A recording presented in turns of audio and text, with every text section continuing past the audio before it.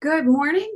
Do you know the meaning behind, oh, jeez, the amount of pop-ups I get when I restream? Okay, let's start over. Do you know the meaning behind bone spurs, if you have bone spurs that show up in your body? Or how about the spiritual meaning of ovarian cysts? Or if one is showing up on one side of the body versus the other, or all over the body? So those are some of the questions we're going to answer today on today's episode 3 of Deciphering Your Body's Clues So You Can Heal. I'm Tara Meyer-Robson, and it is my passion to help to translate any mind-body issues you might be having, any pain or disease that's manifesting for you, and help you understand basically what the body's trying to tell you in this pain or disease. My work is in helping people to understand that you have the ability to translate that issue, and that it's very easy to do so once you know the language of the body. And as I like to tell people all the time, that this is like learning a foreign language. It'll seem very strange. You won't know what the heck anything means at first, but as you practice, as you learn, it becomes very obvious. And then it's a skill you can use for the rest of your life. So if you are wanting to call in and ask any questions live, you can do so. You will see, if you're on my YouTube while I'm live streaming, you'll see underneath it, there's information on how to log in to be able to do so, or call in to do so. And also on my Facebook page, if you're watching this live stream there, if you click in, the caption should give you that information. I love to do on-the-spot readings for people, or deciphering, translating for people. So please feel free to do that if you want to. I hope your day is going pretty well. Right now, we are in a winter storm here in Denver, Colorado, where I live. I know a lot of the country in the United States is in an ice storm, so hopefully you're staying very safe and hopefully as warm as you can. So let's jump in today, because I wanted to, I'm taking a couple of questions. As I say, I get a lot of questions via email, and I also obviously work with a lot of different people from around the world on translating these issues. So I'm going to take a couple of questions that have come in via email, and we're going to go ahead and translate those live right here today. Also, if you want to make sure that you never miss an episode, or if you have questions that you'd like to have answered, but you don't have time to hop on today, or you're listening to this later, make sure to sign up over at tarameyer-robson.com.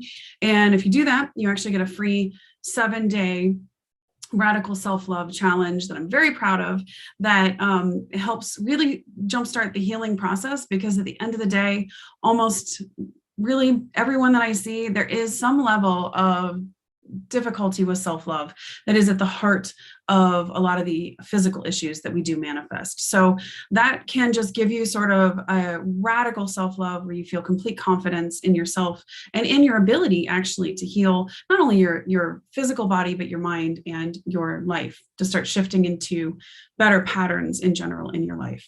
So thanks for being here with me today. We're going to go ahead and take a look at a question that came in that is on someone who has bone spurs. And I particularly love bone spurs. And when I say that, I always feel so bad, because I get very excited about diseases. And it's not that I'm excited about the issue of that you're dealing with. Trust me, I don't want anybody in pain. If I could wave a magic wand and never have anyone in pain ever in the whole world, I would do it in a heartbeat. But I do get excited about diseases, because the body is so interesting in the way that it presents and tells us what's going on. And oftentimes it's incredibly literal. So today's question is a good example of that.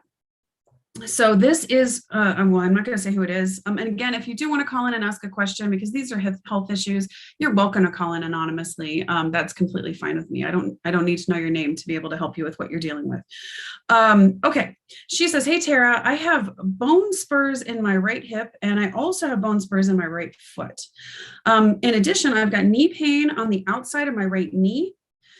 It's interesting because this pain often feels really sharp, and sometimes it feels like it's stabbing me, and sometimes it's so difficult that it's almost shocking. The pain started about a year ago, and it's continued to get worse. However, I do know from watching a bunch of your things that I wanted to put out that I also remember having pain in my right foot early in my life. I have been married for many years to the same person I dated in high school. So like a high school sweetheart, I guess. And I also notice, and I know right side pain can oftentimes be male, and I feel like I probably should mention that I am in a male dominated field. So, okay, so that one's really interesting. And obviously, for those of you that have been following my work for a while, or you're in my body language course, which teaches people how to decipher all these little clues, there's probably some things that are popping right out at you as to what's going on. So let's start off with the bone spurs. So whenever I see somebody with bone spurs, the image I get on that every single time is that it's like, and I think we might have had bone spurs in the last podcast, but the image that I get every single time is like those old Roman movies where you saw like the two guys on chariots and they're like, you know, racing or fighting or going to war or something. I don't watch a lot of war stuff, but my recollection is something like that. And they have the big chariot wheels, and they've got the spurs on the sides of the chariot wheels, and the spurs are designed to like keep the one chariot from you basically getting too close to you, and if it does, to be able to like tear up the other chariot's wheels and thus to sort of disable that chariot. So for me, whenever I work with someone with bone spurs, that's the image I get every single time. It's that like chariot wheel with these bone spurs. And so if you imagine or even, you know, animals like a porcupine, that kind of thing, where when they're startled or they're frightened, their defense mechanism is to like put these like quills out, or these you know, these spikes out, right? And so if you think about it, bone spurs, which stick out, you know, much like spikes, much like these chariot spurs, they are very much the same kind of issue. So it's the body's way of attempting to defend you from some sort of outside pain. Now, whenever I'm looking at anything that is like a tumor, a cyst, a lump, a bump, which falls into the bone spur category, I'm always looking at, there is an emotional wound there that's not been healed. There's something going on there that is that's not been healed. Now, when I look at bone spurs, because they are so hard rather than like a cyst is quite, you know, fluid and squishy, that means that whatever this emotional wound is has been a consistent emotional wound that's been happening on either a daily or a weekly, or something that's happened over and over and over and over and over again. And it's been deep enough and difficult enough that it's really felt, the body has felt like, I've got to have this physical thing that's protecting me. Okay. So it's essentially an emotional wound that's developed scar tissue that's trying to protect you. So right off the bat, for this particular woman, I'm going to say there is definitely an issue that has been this emotional issue. And I'm guessing root from childhood, which we'll talk about in a second, but just because she said she could remember, I think she said right side pain in her childhood. So she said she also has bone spurs. Okay. So in the right hip and the right foot. Okay, so that's really interesting. So when we're looking at the hip, our hips are what allows us to move forward in life. They're also what allows us to like easily sit and get up. But a lot of, when I look at hips, the metaphorical or translation of them tend to be, you know, the motion is to help us to be able to move forward. It also helps us to stabilize ourselves, right? So whenever I'm looking at hips, it's also in what I call station 2. For those of you that are familiar with chakras, station 2 is like the second chakra. So what you're dealing with there is usually one-on-one relationships. So right off the bat, I'm thinking to myself, okay, what are the individual relationships that are causing emotional wounds in this particular way, and making her feel like she can't move forward. So something's going on there. And then when we're looking at also the right foot is getting bone spurs. So that's really interesting to me. So it's almost like there's something about this that she's feeling like when she's moving forward, she's getting wounded in a way that she feels like she needs to protect herself. So bone spurs on the outside of the foot are definitely that she's feeling that. And it's also that when we're dealing with the foot, we're dealing with also family foundational issues, stability issues, like that. For those of you familiar with the first chakra, sort of like the root stuff, like our roots in the world. So that's interesting, because if it's a right foot as well, then that's dealing with her feeling of being rooted and her feeling of being able to move forward on stable ground, if that makes sense. So there's something really on that right side. Now, again, for those of you who've followed me for a while or done this work for a while, you'll know right off the bat, the right side is going to be something with the male in her life. I'm guessing it's been males for a long, long time if she's got these bone spurs and if she's talking about having had some pain since childhood on the right-hand side. So there's definitely something going on that she's feeling like she needs to protect herself from the right side. She said it's on the she also has knee pain on the outside of the right knee again. So I think we talked about it maybe the last podcast, but or live cast, whenever I deal with people that have pain on the outside of the leg, that means that this is something that is an emotional wound that's coming from the outside. If you're dealing with it on the inside, it oftentimes can be like self-criticism, self-hate, that kind of stuff, like breaking yourself down or that kind of stuff that we can, a lot of us can do. So inside tends to be more internal. Outside means is literally more external. And this is a perfect example of what I'm talking about. Oftentimes our body is so literal, right? So a pain on the inside is an internal issue. A pain on the outside is an external issue. It's like that's, it's like learning that, hola means hello in Spanish, right? It's that specific. Okay, so knee pain. So when we're looking at knee pain, there can be a couple of things going on, and she did not tell me what the motion is or what's going on that's causing the pain in the knee. So we're just going to go with, so the knee pain, when you're dealing, the knees itself are, it's our ability to feel like we can hold strong against things. Like, sometimes when you're really, really nervous, you'll lock your knees out. And why do you lock your knees out? It's because you feel like you're trying to provide yourself with like some sort of stability. And so you're trying to keep no motion. Basically, you're standing firm against something. You're locking yourself against something. But the normal motion of the knee is to allow us to be able to smoothly and fluidly be able to move forward, pick up our knees, be able to bend to the ground and come up very easily. So I'd be interested to find out exactly what the motion is that causes the knee pain most frequently. But whatever it is, whenever we're dealing with the knees, it has to do, very much like the hip, with something going on about feeling like she's got to sort of stand against something. She may be locking her knees against something, and that she can't bend. She can't bend, or she shouldn't bend. So what I'm getting overall in this, if we look at this, just this much of the picture so far, we're dealing with bone spurs, which are really such a physical representation of feeling like you've got to have like this really physical defense mechanism against something. We're having knee pain on the outside of the knee. So I'm guessing she's feeling like, it's a lot about this is like she's having to build up and support herself in this sort of like structural way in probably a one-on-one relationship with the male. That's kind of where we're at so far. That's the picture that we're already looking at. I'm really appreciative. So if you do contact me, or if you do call in, one of the things that I'll ask is how the pain like if you have pain, what the pain feels like, or if it's a rash, I want to know what it looks like. All those things are like, those are all parts of the sentence, parts of the translation, right? It's like if you sat down to translate one sentence from English into Spanish, each word has its own distinct meaning. So it's the same thing, with a certain kind of pain means something different than a different kind of pain. A certain kind of rash means something different than a different kind of rash. So that translation is how we do that. So she said that the pain often feels sharp, stabbing, and shocking.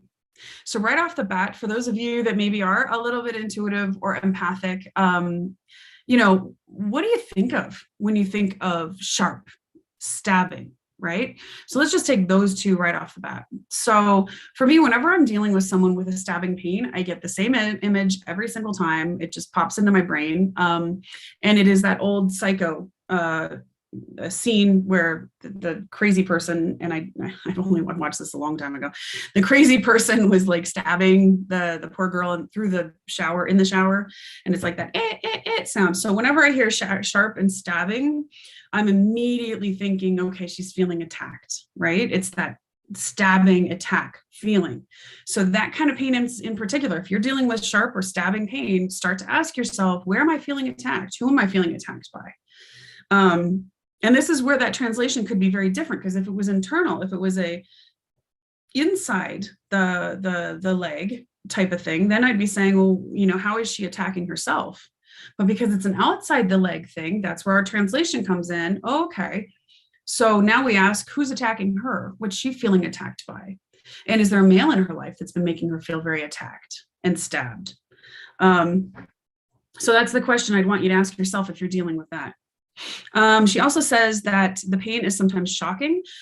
So whenever I deal with anyone, whether it's an actual shock, something like a stroke, those kinds of things, when it's like that kind of a shock, whenever pain is shocking, then I'm immediately aware that there is some kind of up and down or traumatic situation going on here that is literally shocking her.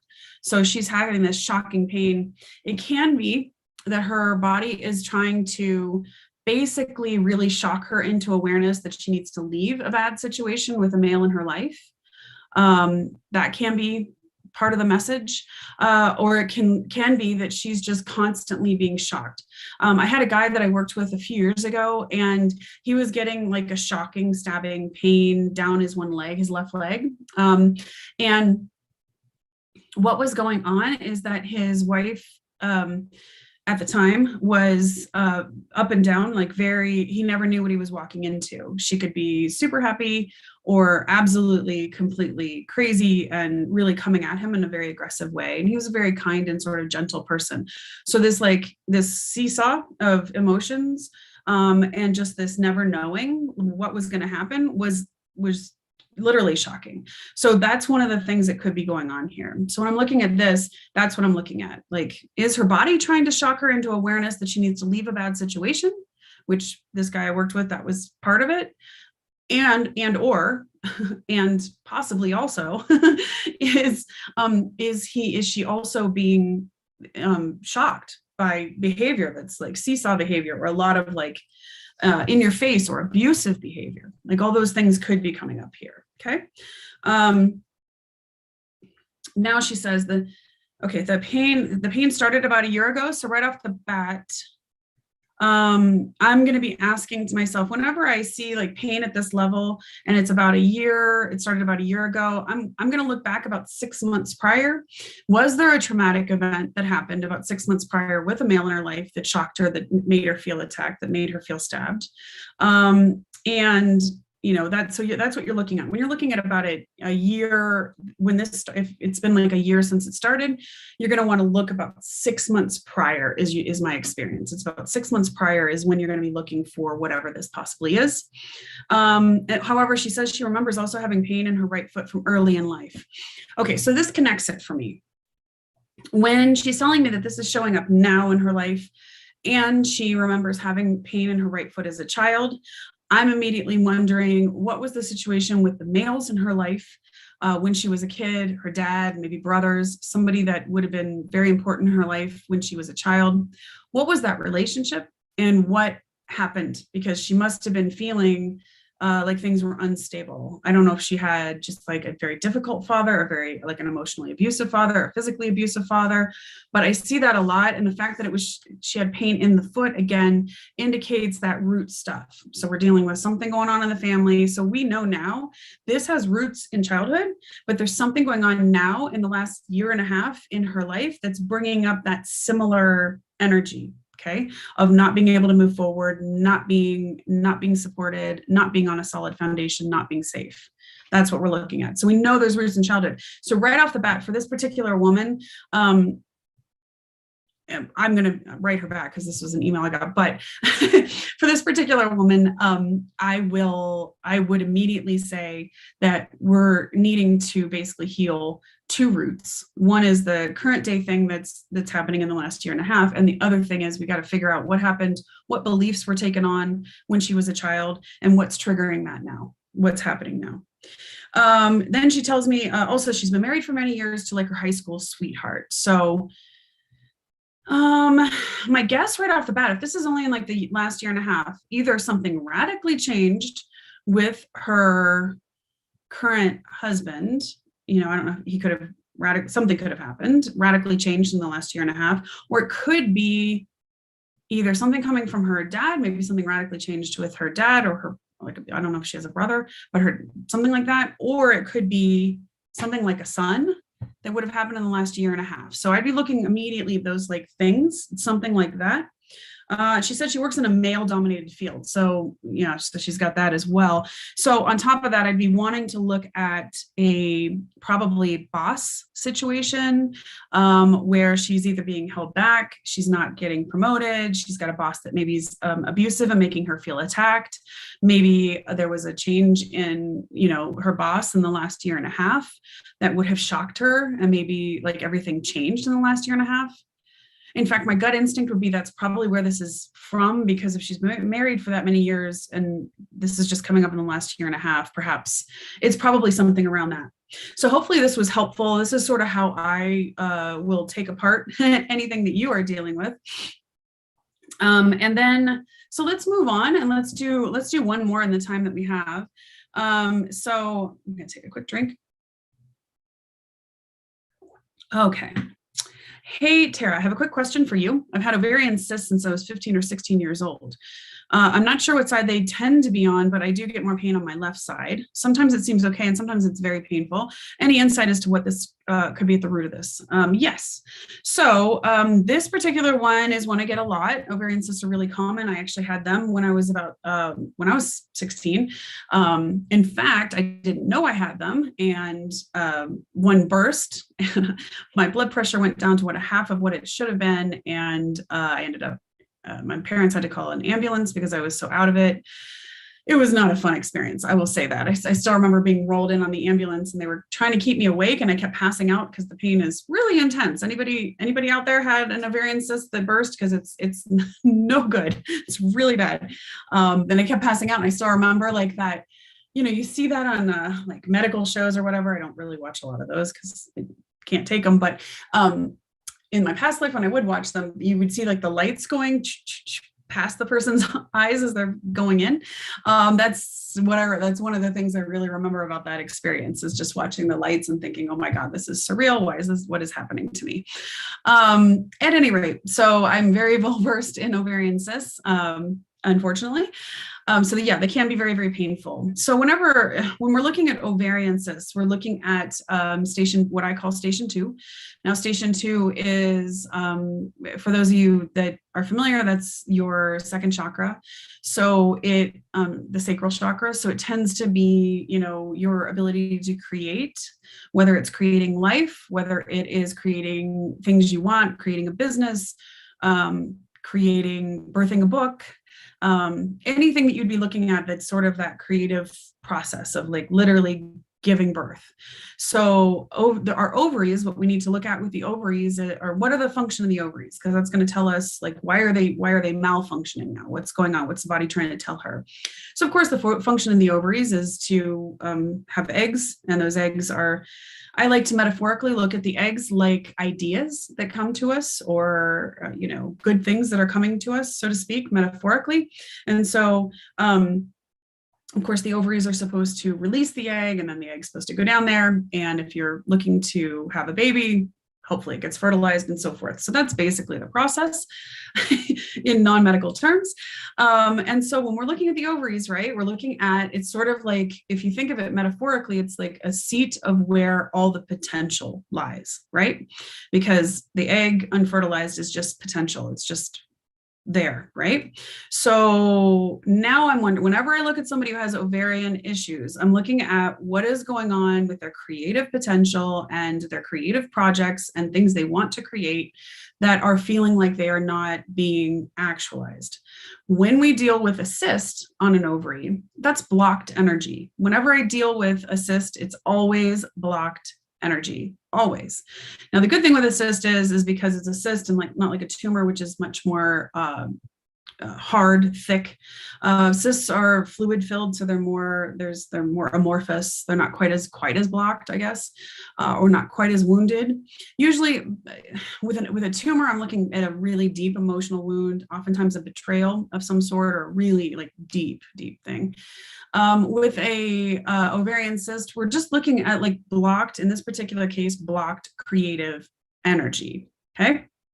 So she says that the ovarian, she doesn't know which side it's actually on, but she's getting a lot more pain on the left side from it. So having had them myself, I know what that feels like. It's usually a pinch, or a very strong pinch, a very painful pinch. And so if that's the case for this particular woman, if we think about what's happening when somebody actually pinches you, it's like they could be trying to hurt you, but oftentimes they're like trying to like nag at you, or basically nag at you, or, pinch to get your attention. Like, look at me, I'm just thinking of like little kids on the playground is the image I get when I think about this one. So with the pinching pain, blocked energy, left-hand side. So I'm guessing that in this particular case, we put that whole thing together, it would be somebody, she's dealing with blocked creative energy over something that she is trying to create, whether it's a physical baby or something more like a book or a business that she's birthed that may be getting kind of like stuck or feels like it doesn't have appropriate creative flow. And it's on the left side. So there's either a female in her life that's causing her to feel like she's blocked, and it could be somebody who is telling her that she doesn't have creative power in her life, or that she shouldn't believe in her creative power, or she's not able to do it, that kind of stuff. Or it could be herself. But usually when you're dealing with ovarian cysts, there's a root in childhood where this person was told that she either should give up on her creative dreams, or that she wasn't allowed to birth her creative dreams, or like that kind of a thing. There's usually some childhood negative beliefs that have been taken on from parents, teachers, authority figures of any kind, that got stuck, that just basically got stuck in that area. So she said she started to get these at about 16, which is actually when I got them. Sometimes it gets very painful. Okay. So I would ask her, one of the things I would ask of her is to pay attention to what's happening just before it gets really painful. So I'd be interested to see if she's trying to birth something right then. She's got a creative idea, she's got something she's going to put out, she's got something like that, and then she gets this pinch. She gets this painful, really painful feeling on that left side. For me, if we could isolate that, then that would tell me exactly what the trigger is and what that underlying belief is that's causing this.